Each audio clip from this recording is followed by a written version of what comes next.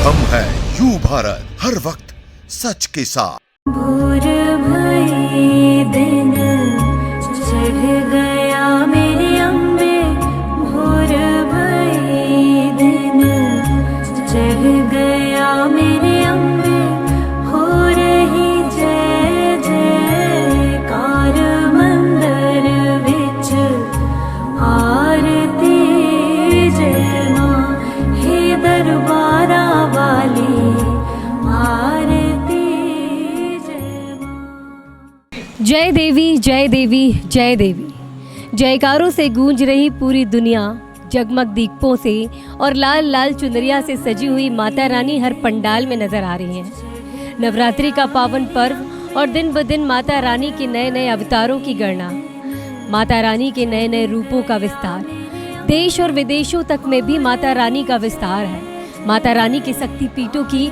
गणना अनोखी है।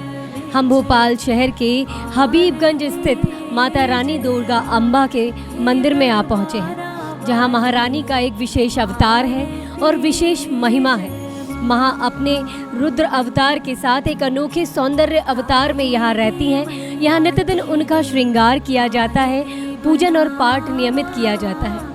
आइए इस मंदिर में चलकर माँ के दर्शन से ही इसकी शुरुआत करते हैं और जानते हैं माँ की महिमा और कितनी अनोखी है। आइए मेरे साथ।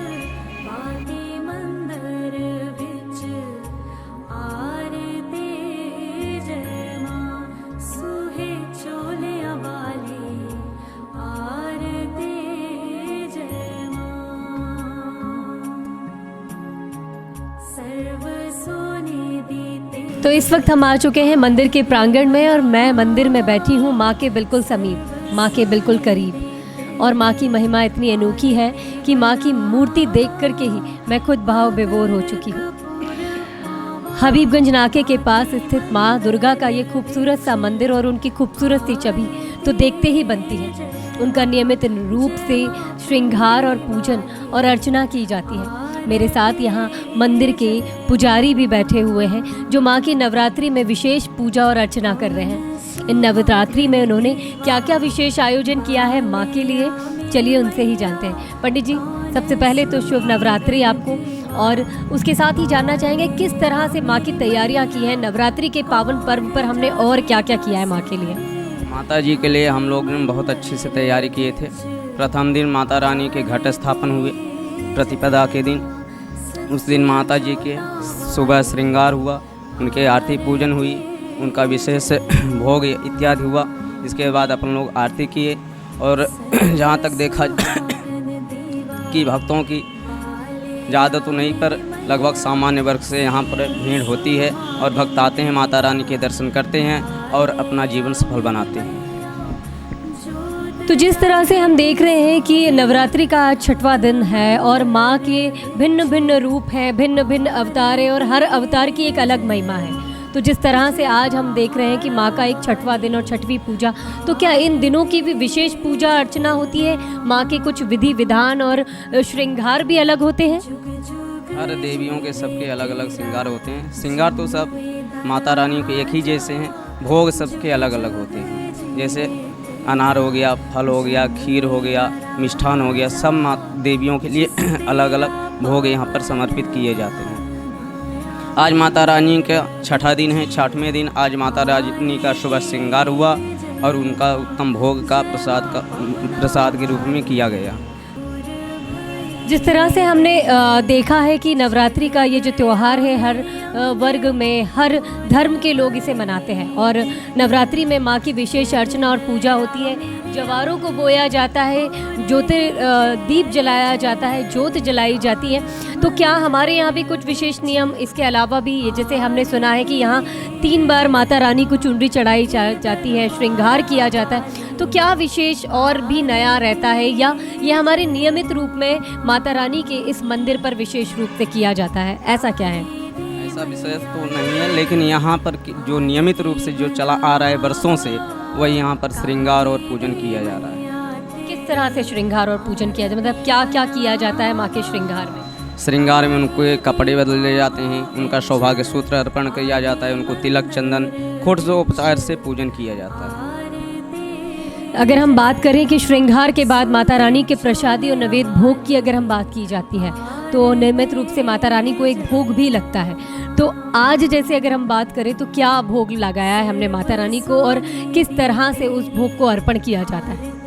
आज तो माता रानी को हम लोगों ने अनार और मीठा और केले इत्यादि का और खीर का भोग लगाया है।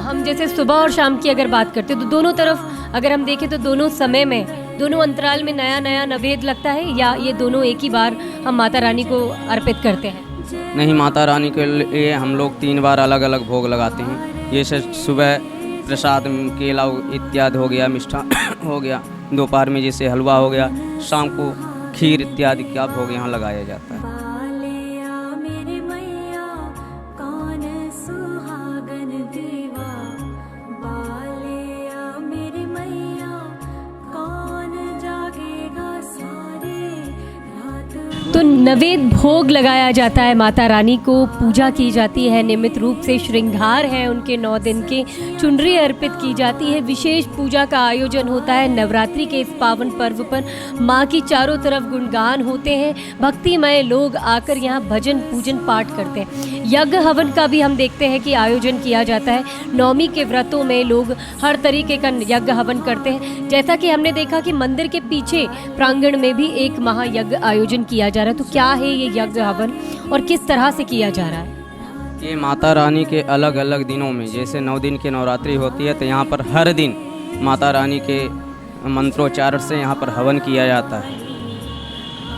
तो ये हवन कुंड की जब हम बात करते हैं, नवरात्रि के पूजन की हम बात करते हैं, 9 दिन की एक विशेष पूजा होती है और नौमी के दिन एक माँ की समापन पूजा होती है, जिसके बाद नवरात्रि का ये त्यौहार विराम लेकर और माता रानी पूर्णतः जीवन काल तक हमारे साथ फिर अगली नवरात्रि तक रहती हैं। तो किस तरह से नौमी का पूजन होता है और क्या विशेष भंडारे का आयोजन होता है? क्योंकि हम देखते हैं कि सभी जगह मंदिरों में भंडारे का विशेष आयोजन है, तो क्या हमारे यहाँ भी ऐसा कुछ प्रावधान किया जाता है? जी, यहाँ पर माता रानी का सुबह से लेकर के सुबह श्रृंगार होगा, दोपहर में श्रृंगार होगा और शाम को भी श्रृंगार होगा और शाम को यहाँ पर 4 बजे से हवन का प्रोग्राम रखा गया है। इसके बाद भंडारे का प्रसाद वितरण इत्यादि किया गया है। कन्या भोज भी होता है यहाँ पर नौमी के दिन। जैसे हम भक्तों की बात करें तो कई लोग नवरात्रि को पूजन करते हैं और नवरात्रि मंदिरों और पंडालों के साथ साथ घरों में भी पूजी जाती है। नवरात्रि का 9 दिन का व्रत महिला पुरुष और बच्चे तक भी करते हैं। तो किस तरह का ये जो व्रत पूजन है, जिस तरह की विधि विधान है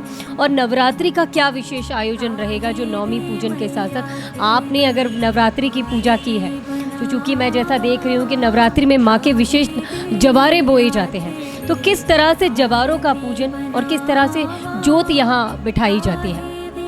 जो यहाँ पर ज्योति बिठाई जाती है, अखंड ज्योति बिठाई जाती है। 9 दिन के लिए अखंड ज्योति प्रज्वलित रहती हैं और इसके बाद 9वें दिन यहाँ पर माता रानी का हवन पूजन इत्यादि किया जाता है और इसके प्रसाद वितरण करके माता रानी के अखंड ज्योति को यहाँ पर जो नवग्रह इत्यादि मंडल बैठाए जाते हैं उनको सबको विसर्जन किया जाता है। यथावत रूप मंत्रों से उनको विसर्जन किया जाता है। जैसे भक्तों की भीड़ काफ़ी लगी हुई होती है, चूँकि ये शहर के बीचों बीच और एक बहुत ही व्यस्तता चौराहे पर बना हुआ मंदिर है। यहाँ कई चारों तरफ से गाड़ियों का आना जाना है, यातायात की भीड़ व्यवस्था है। इस बीच में हम देखते हैं कि कई बार लोग आते जाते रुककर माता रानी के मंदिर में भी माथा टेक कर जाते हैं। सुबह ऑफिस निकलना हो या ऑफिस से घर की तरफ जाना हो, भारी व्यस्तता में भी लोग यहाँ भीड़ में आकर माँ के मंदिर पर माथा टेकते हैं और माँ के दर्शन करके ही आगे बढ़ते हैं। कितनी भीड़ यहाँ होती है, कितने लोग यहाँ उपस्थित होते हैं, सुबह से शाम तक कितना भक्त यहाँ आता जाता है और शाम की आरती में तकरीबन कितने लोग यहाँ उपस्थित होते हैं?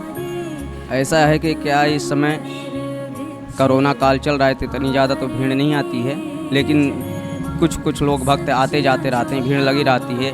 शाम के समय आरती के समय कम से कम 100 से 150 के लोग लगभग यहाँ पर आरती में सम्मिलित होते हैं और माता रानी की यहाँ पर आरती की जाती है। इसके बाद यहाँ पर भोग वितरण किया जाता है, प्रसाद वितरण किया जाता है।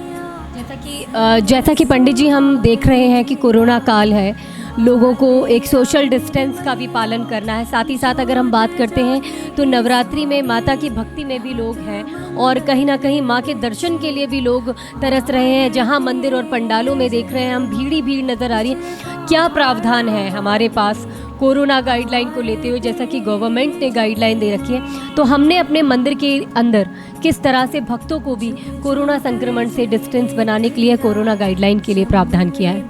यहाँ पर सभी भक्तों को पहले से सूचित किया जाता है कि आप मंदिर में आने से पहले मास्क लगाएं और सैनिटाइजर करें। इसके बाद मंदिर में आकर के माता रानी, भगवान गणेश और हनुमान जी की यहाँ पर दर्शन करें और सभी लोग अपनी अपनी 1 मीटर की दूरी का अपना प्रावधान बनाए रखें और दूर दूर खड़े होकर के माता रानी का दर्शन करें, आरती करने और पूजन करें।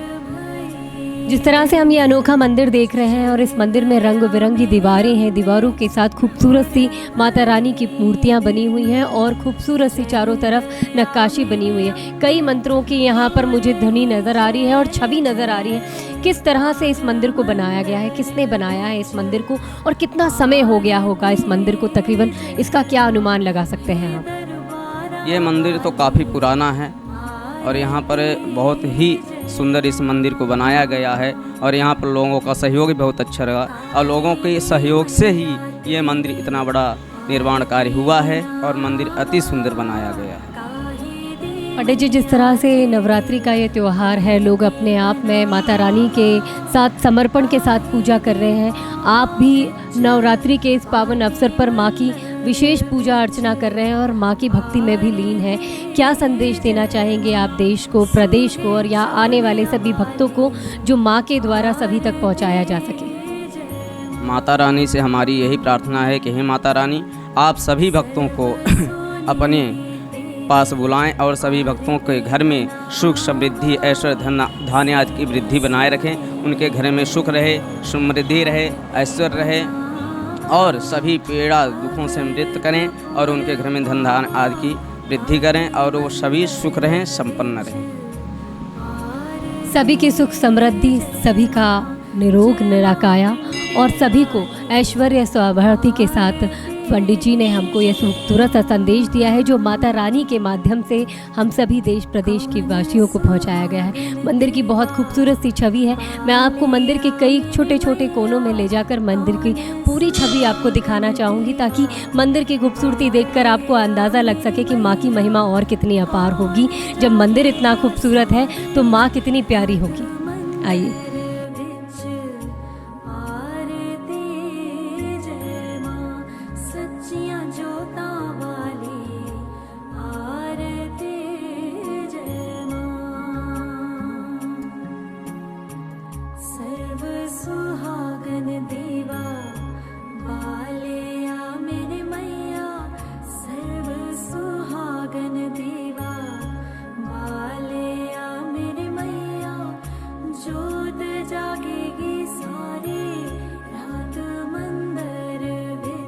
भोपाल शहर के भोपाल हबीबगंज चौक के बीचों बीच स्थापित माँ दुर्गा का ये खूबसूरत सा मंदिर। इस मंदिर पर ढेरों मंत्रों का उच्चारण और चारों तरफ रंग बिरंगी सी सजी दीवारें और इन दीवारों पर लिखा हुआ माता रानी का ये खूबसूरत सा नाम जो माँ की महिमा बताता है। और माँ की स्थापना यहाँ विशेष पुराने काल से ही चली आ रही है जो नियमित रोजाना पूजन पाठ के साथ की जाती है। 3 तरह की आरती और 3 तरह का श्रृंगार माँ को यहाँ नियमित रूप से किया जाता है। भक्तों की भीड़ यहाँ लगातार है और एक तांता बना हुआ है कि माँ की भक्ति जो उसकी शक्ति को पाता है वो उसमें ही लीन हो जाता है। ऐसा ही है ये नवरात्रि के पावन पर्व का त्यौहार जो हिंदू रीति रिवाज में बड़े ही धूमधाम से मनाया जा रहा है। माँ का ये 6वां दिन और 6ठा अवतार माँ का विशेष रूप में है। जो आज सभी माँ की महिमा को गाते हैं वो माँ के गुणगान भी जानते हैं। ऐसी है माँ की महिमा, ऐसे हैं माँ के अवतार, ऐसे ही माँ के भिन्न अवतारों से मैं आपको रूबरू कराती रहूँगी हमारे इस खास कार्यक्रम में जिसका नाम है माँ की महिमा। तब तक के लिए बने रहिए यू भारत टीवी के साथ। कैमरामैन शक्ति के साथ मैं हूँ प्रियंका वर्मा। जय माता दी। भोर भई दिन चढ़ गया मेरे अम्बे, भोर भई दिन चढ़ गया मेरे अम्बे, हो रही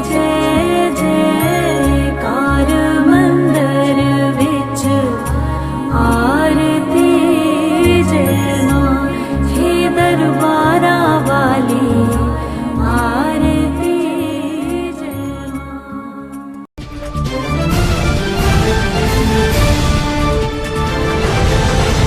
हम हैं यू भारत, हर वक्त सच के साथ।